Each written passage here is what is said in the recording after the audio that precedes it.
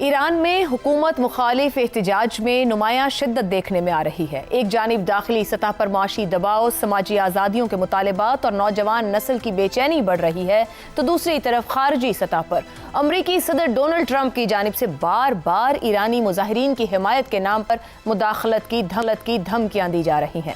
یہ صورتحال ایران کی داخلی اور خارجی سلامتی کے لیے ایک سنجیدہ چیلنج کی صورت اختیار کر چکی ہے۔ 1979 کے ایرانی انقلاب کے بعد سے اب تک امریکہ اور اس کے اتحادی ایران میں نظام کی تبدیلی کی کوششیں کرتے رہے ہیں۔ انقلاب کے فوراً بعد ایران مخالف سیاسی اور عسکری تنظیموں کو مالی اور سفارتی مدد فراہم کی جاتی رہی۔ پیپلز مجاہدین آرگنائزیشن اس کی نمایاں مثال ہے، جسے مختلف ادوار میں مغربی سرپرستی حاصل رہی۔ ایران عراق جنگ کے دوران بھی امریکہ نے براہ راست اور بالواسطہ طور پر صدام حسین کی بھرپور مدد کی تاکہ نو قائم شدہ ایرانی انقلابی نظام کو کمزور کیا جا سکے۔ 2009 کی گرین موومنٹ ہو یا اس سے بعد کے احتجاجی مظاہرے، امریکہ ان تحریکوں کو اخلاقی اور ابلاغی حمایت فراہم کرتا رہا ہے اور نیشنل اینڈومنٹ فار ڈیموکریسی کے ذریعے مالی امداد دینے کے الزامات بھی سامنے آتے رہے ہیں۔ اسی طرح ایران کے آخری بادشاہ کے بیٹے رضا پہلوی کو سیاسی اور میڈیا سطح پر آگے لانے کی کوشش بھی اسی بات کا ثبوت ہے کہ واشنگٹن طویل عرصے سے ایران میں نظام کی تبدیلی کو اپنی پالیسی کا حصہ بنائے ہوئے ہے۔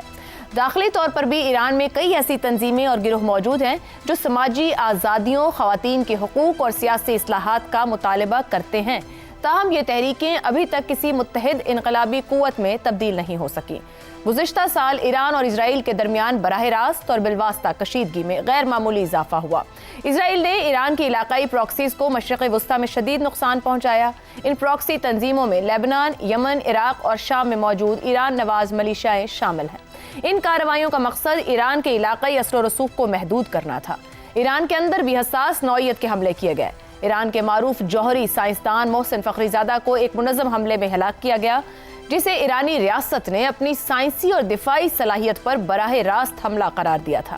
اس کے علاوہ فلسطینی تنظیم حماس کے رہنما اسماعیل ہنیہ کو بھی اسرائیلی کارروائی میں ہی شہید کیا گیا، جس سے ایران کے اتحادی نیٹ ورک کو ایک اور بڑا دھچکا پہنچا۔